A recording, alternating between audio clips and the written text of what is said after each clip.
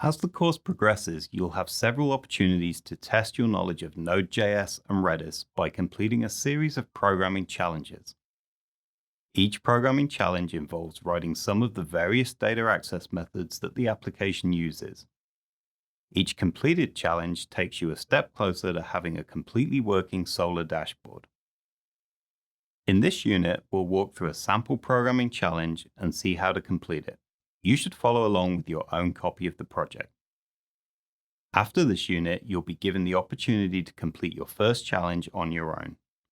In this sample challenge, we'll implement the findById function in the site-DAO Redis impl module. You can see here that this function takes a numeric site ID as its only parameter and returns a promise that resolves to a site object. Remember that we're using the async await style and that all Redis commands result in asynchronous calls to the Redis server. This means that findById needs to be declared as an async function. Let's now take a look at some test cases for the findById function. You can find these in the site-DAO redis impl.test.js file in the tests folder. There are two tests that we'll be working with. The first is called findById with existing site. Here, we first create an example site object. We then use the Redis site DAO implementation to insert that site into Redis. Then we try to retrieve the site by calling findById. And we ensure that the site object retrieved from Redis contains the same values as the one that the test code inserted into Redis. Let's see what happens when we run this test. First, we'll make it the only test that runs in this suite by amending its declaration with .only. Then we'll run the site-DAO redis impl test suite like this.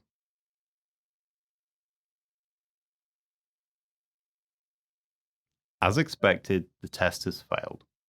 Scrolling up reveals that where we expected to receive a site object, we actually received undefined.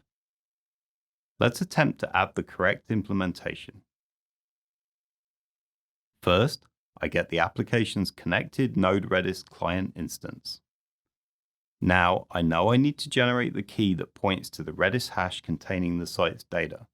We'll store that in a variable called siteKey. Next, I call hgetAll passing in the key. This will return all of the fields of the hash as a JavaScript object. Let's try running the test again now.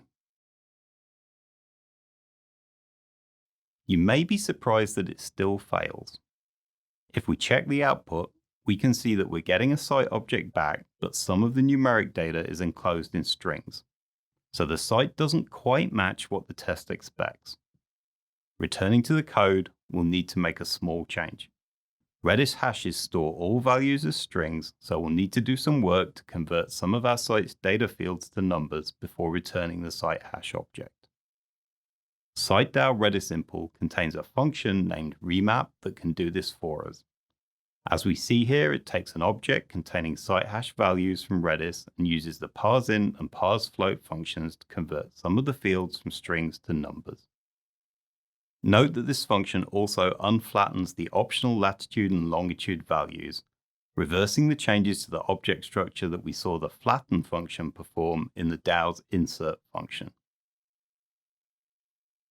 These two functions work together to provide marshalling and unmarshalling between the site object format that our application expects and the underlying storage format that Redis uses.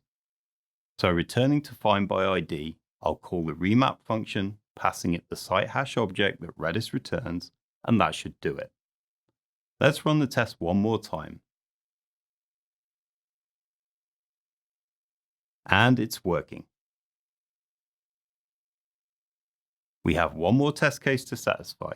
It's called findById with missing site and tests that the findById function returns null when a site with the given ID can't be found. Does our code work for this case?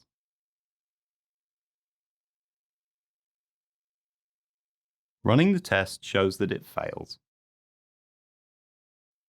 The error is a type error.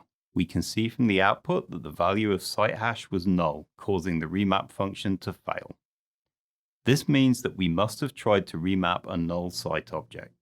We can infer from this that the site didn't exist in Redis, so we'll need to handle this case in our code. It turns out that when we call hgetAll on a hash that doesn't exist, node Redis returns null. So I'll test for that condition, returning null when it occurs. So let's now rerun the test case. And happily, it's passing. So that's the way to solve the programming challenges you'll see in this course. It's a simple process of looking at the JS comments for the signature of the function you need to implement, understanding the existing test cases and running them to ensure that they're failing, writing the code that gets the test cases to pass. In our next unit, you'll get a chance to try this on your own as you implement the site DAO's findAll function. Good luck!